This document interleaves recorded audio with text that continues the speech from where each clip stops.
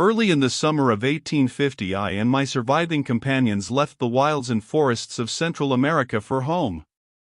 Arrived at the coast, we took ship there for England. The vessel was wrecked in the Gulf of Mexico. I was among the few saved from the sea. It was my third escape from peril of death. Death by disease, death by the Indians, death by drowning, all three had approached me, all three had passed me by.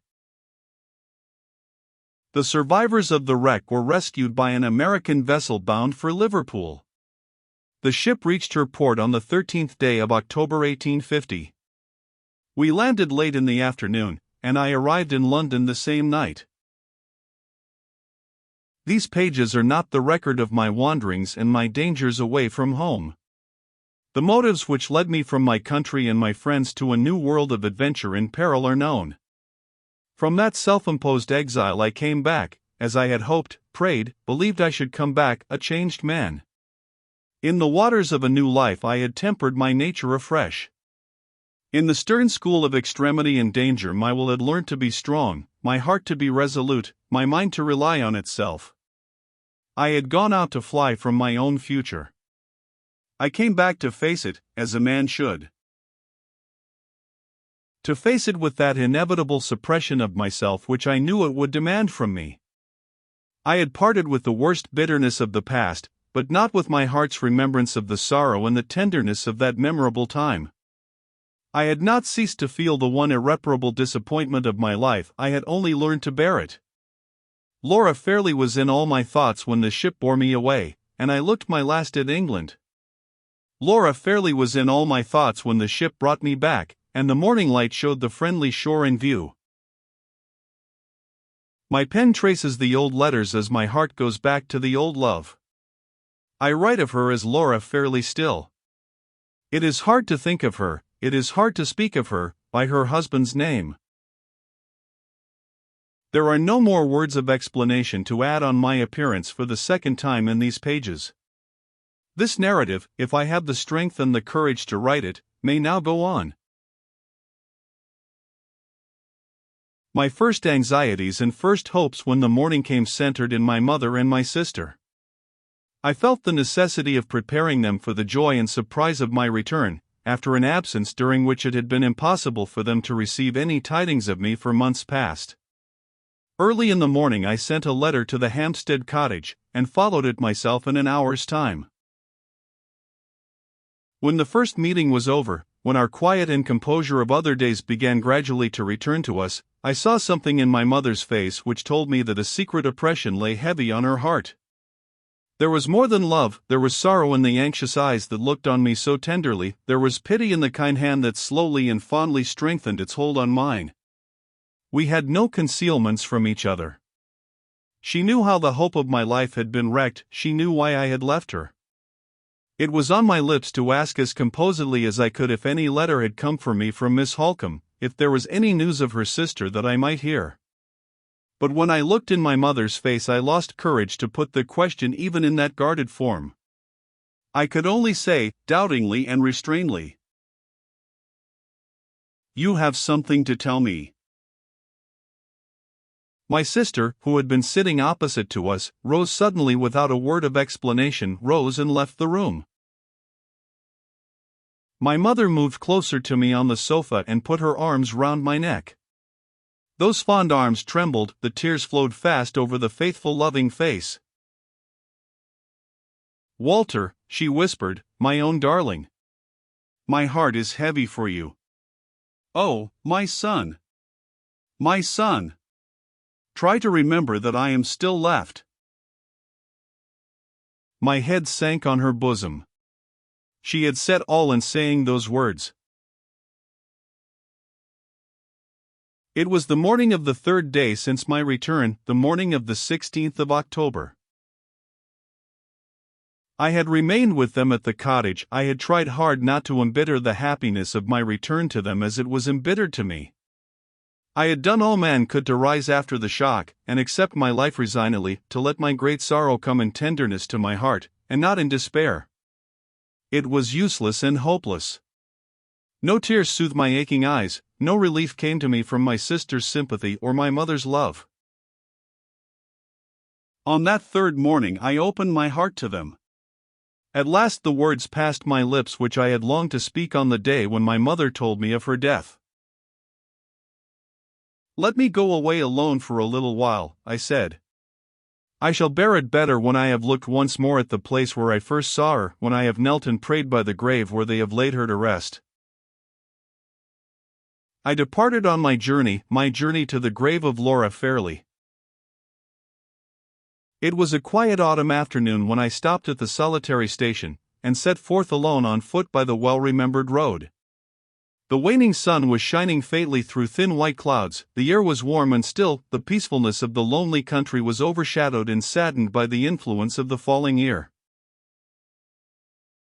I reached the moor, I stood again on the brow of the hill, I looked on along the path, and there were the familiar garden trees in the distance, the clear sweeping semicircle of the drive, the high white walls of Limmeridge House. The chances and changes, the wanderings and dangers of months and months past, all shrank and shriveled to nothing in my mind. It was like yesterday since my feet had last trodden the fragrant heathy ground. I thought I should see her coming to meet me, with her little straw hat shading her face, her simple dress fluttering in the air, and her well-filled sketchbook ready in her hand.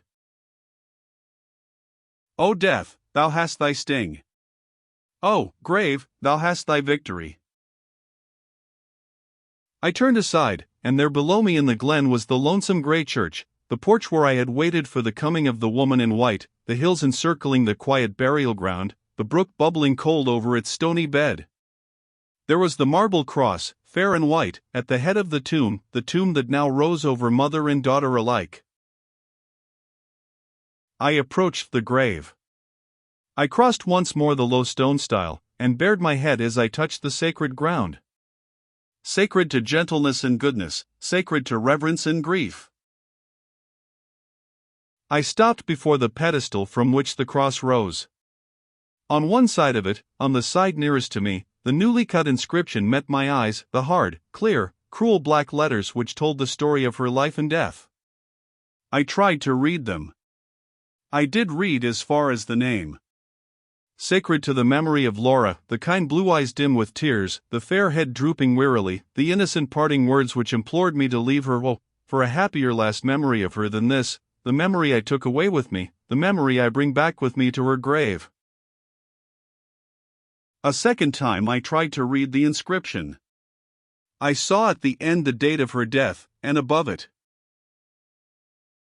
Above it there were lines on the marble, there was a name among them which disturbed my thoughts of her.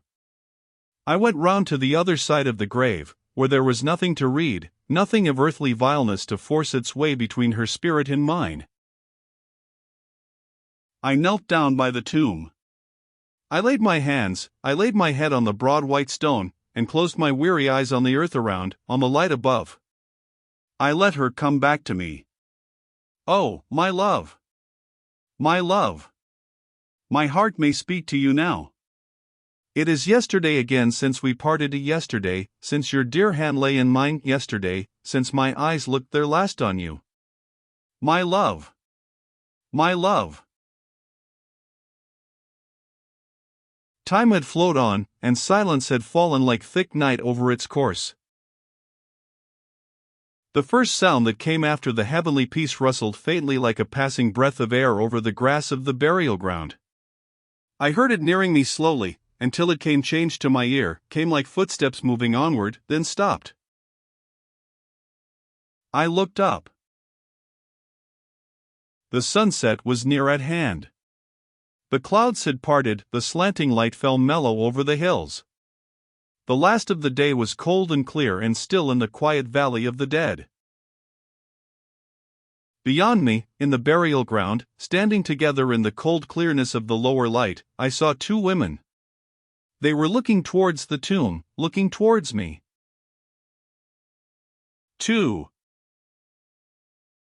They came a little on, and stopped again. Their veils were down, and hid their faces from me. When they stopped, one of them raised her veil. In the still evening light I saw the face of Marian Halcombe.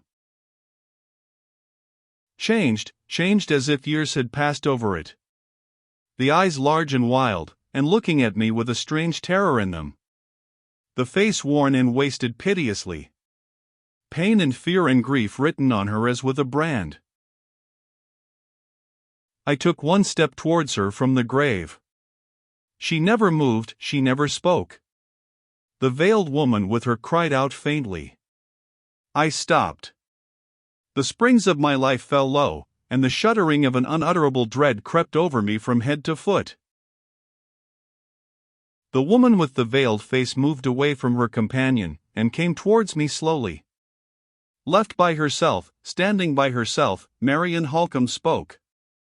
It was the voice that I remembered, the voice not changed, like the frightened eyes and the wasted face. My dream! My dream! I heard her say those words softly in the awful silence. She sank on her knees, and raised her clasped hands to heaven. Father! Strengthen him! Father! Help him in his hour of need. The woman came on, slowly and silently came on. I looked at her, and at none other, from that moment. The voice that was praying for me faltered and sank low, then rose on a sudden, and called affrightedly, called despairingly to me to come away. But the veiled woman had possession of me, body and soul. She stopped on one side of the grave. We stood face to face with the tombstone between us. She was close to the inscription on the side of the pedestal. Her gown touched the black letters. The voice came nearer, and rose more passionately still. Hide your face. Don't look at her. Oh, for God's sake, spare him. The woman lifted her veil. Sacred to the memory of Laura, Lady Glyde. Laura, Lady Glyde, was standing by the inscription, and was looking at me over the grave. The second epoch of the story closes here.